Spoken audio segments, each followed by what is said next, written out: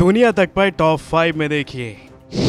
गलवान घाटी के खूनी संघर्ष में अपने सैनिकों की मौत को लेकर चीन ने हाल ही में सच्चाई मानी थी। हालांकि बीजिंग ने मरने वाले सैनिकों की संख्या काफी कम बताई थी, लेकिन इसके बावजूद चीन के लोग बौखला गए हैं। अपनी इस बौखलाहट में भारत के खिलाफ हेट मैसेज, अपशब्द और गाली गलौज पर उतर आए हैं। इतना ही नहीं, चीन में सोशल मीडिया पर भारत विरोधी संदेशों की बाढ़ आ गई है और भारतीय दूतावास को लगातार निशाना बनाया जा रहा है। पूर्वी लद्दाख में गलवान घाटी हिंसा के वीडियो जारी करके चीनी जनता की सहानुभूति हासिल करने में लगे चीन को उसके ही देश के नागरिकों ने आईना दिखा दिया। एक पूर्व पत्रकार समेत 3 ब्लॉगरों ने कहा कि इस संघर्ष में 4 से ज्यादा चीनी सैनिक मारे गए थे और सरकार उसे बता नहीं रही है। यही नहीं, उन्होंने सरकार से सवाल पूछा कि मारे गए सैनिकों के बारे में ऐलान करने में उन्होंने 8 महीनों का समय क्यों लगा दिया।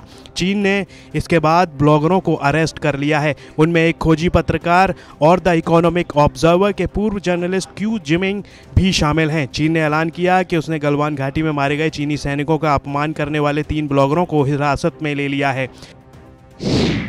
पाकिस्तान के फाइनेंशियल एक्शन टास्क फोर्स की ग्रे लिस्ट से बाहर निकलने की उम्मीद ना के बराबर है। इसकी वजह यह है कि कुछ यूरोपीय देशों का मानना है कि इमरान सरकार ने आतंकवाद के खिलाफ सभी कवायदों को अब तक पूरी तरह लागू नहीं किया है।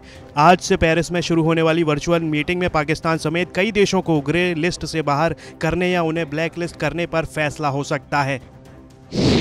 संयुक्त राष्ट्र न्यूक्लियर वॉचडॉग यानी अंतर्राष्ट्रीय परमाणु ऊर्जा एजेंसी के चीफ ने रविवार को ईरान के परमाणु विभाग प्रमुख के साथ मुलाकात की। दोनों की मुलाकात ईरान की न्यूक्लियर फैसिलिटीज के संयुक्त राष्ट्र द्वारा किए जाने वाले निरीक्षणों को आंशिक रूप में निलंबित करने को लेकर हुई। ईरान की स्टेट टीवी ने इसकी जानकारी दी। ईरान की संसद ने दिसंबर में एक नए विधेयक को मंजूरी दी थी जो 2015 में हुए परमाणु समझौते से जुड़ा हुआ था। इसमें कहा गया कि परमाणु समझौते पर हस्ताक्षर करने वाले यूरोपीय हस्ताक्षरकर्ता 23 फरवरी तक तेल और बैंकिंग प्रतिबंधों से ईरान को राहत नहीं देते हैं तो वो संयुक्त राष्ट्र को परमाणु सुविधाओं का निरीक्षण करने से रोक देगा।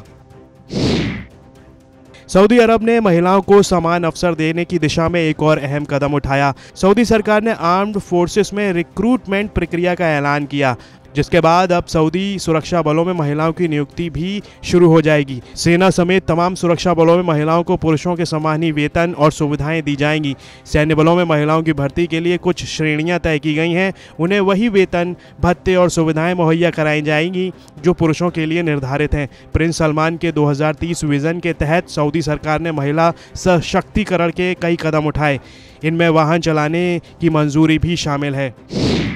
दुनिया में कोरोना मरीजों का आंकड़ा 11.19 करोड़ से ज्यादा हो गया। 8 करोड़ 72 लाख से ज्यादा लोग ठीक हो चुके हैं। अब तक 24,77,000 से ज्यादा लोग जान गंवा चुके हैं। संयुक्त राष्ट्र और अंतर्राष्ट्रीय समुदाय ने कोरोना महामारी के दौरान भारतीय नेतृत्व के मानवीय दृष्टिकोण और वैक्सीन की सहायता पर आभार जताया है। संयुक्त राष्ट्र महासचिव एंटोनियो गुतेरेस ने कहा कि कोरोना की जंग में भारत ने वैश्विक रहनुमाई की है। तो वहीं अमेरिका के राष्ट्रपति जो बाइडेन की कोरोना टास्क फोर्स के अहम सदस्य और संक्रामक बीमारियों के बड़े विशेषज्ञ डॉक्टर एंथोनी फोसी ने देशवासियों को सतर्क रहने को कहा है।